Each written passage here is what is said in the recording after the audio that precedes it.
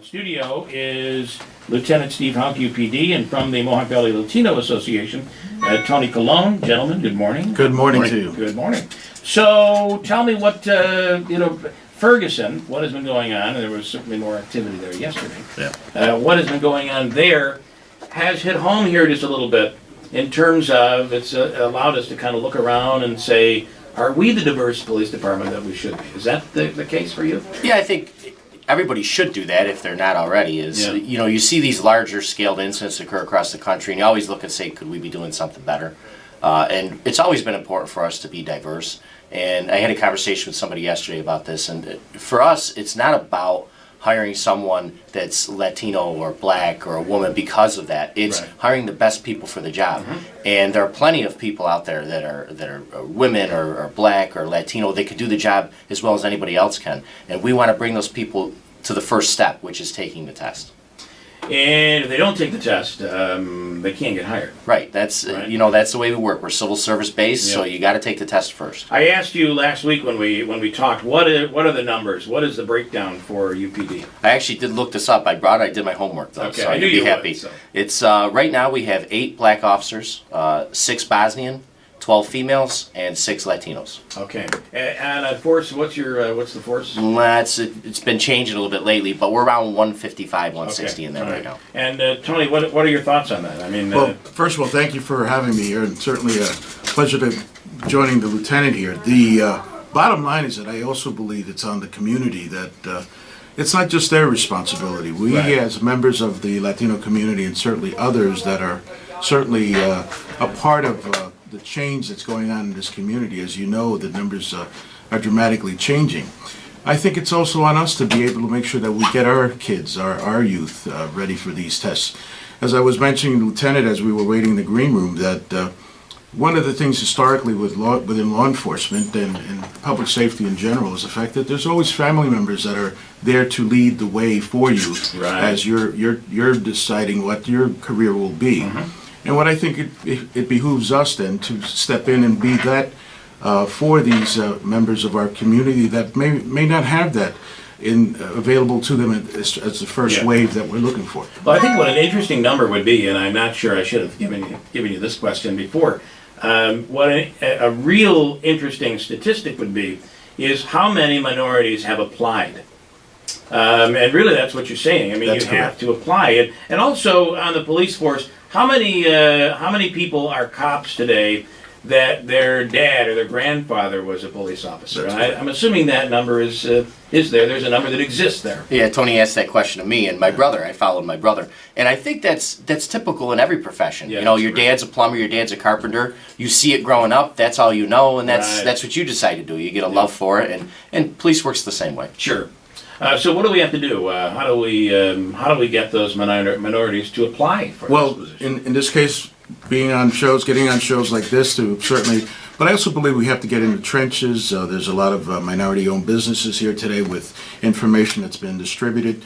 We're making sure that that's being handed out, and certainly getting those that we believe are candidates to go belly to belly with them, sit down with them and explain that today, with the administration and the senior leadership of the law enforcement and public safety in general, I couldn't find a better working group right now. And they really are sincere in their efforts and in their initiatives here.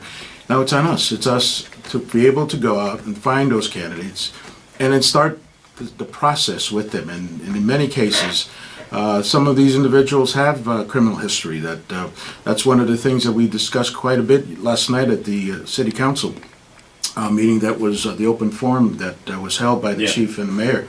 And the bottom line is that these are things that won't be held against them under certain circumstances. So these are the types of things and the message that we need to get out there, not just here on radio, but certainly on a one-on-one basis.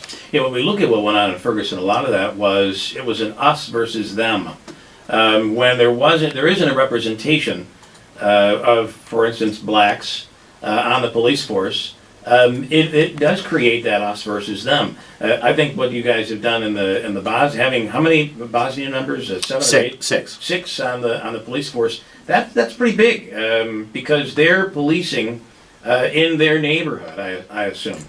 Yeah, and you have to remember that which is true of the Latino community too, a lot of these folks, English is not their first language. So they have to work really hard. They have to work hard to take the tests. They have to work hard to do the job because they're learning and it's constant. And that's the thing that I think everybody should be proud of, because I could not imagine going to Bosnia and at my age now and trying to go there and trying to learn first a whole new language, learn a different culture, and then learn a profession that I have no experience in. So all the people that do this, the community itself should be very proud that people are willing to go out there and do it and do a great job. Yeah.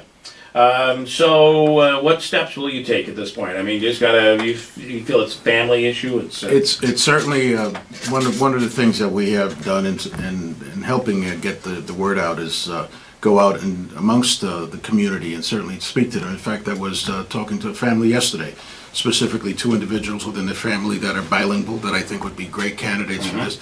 Have some issues with some past history of legal issues, but in the same fashion, I think should consider this, and I'm meeting with them and another candidate this afternoon, specifically to talk to them about this and hopefully and encourage them to at least consider this as a career. Yeah. Having somebody out there that knows the language is key. It's huge. Listen, we're ethnically and culturally diverse. Everyone knows that.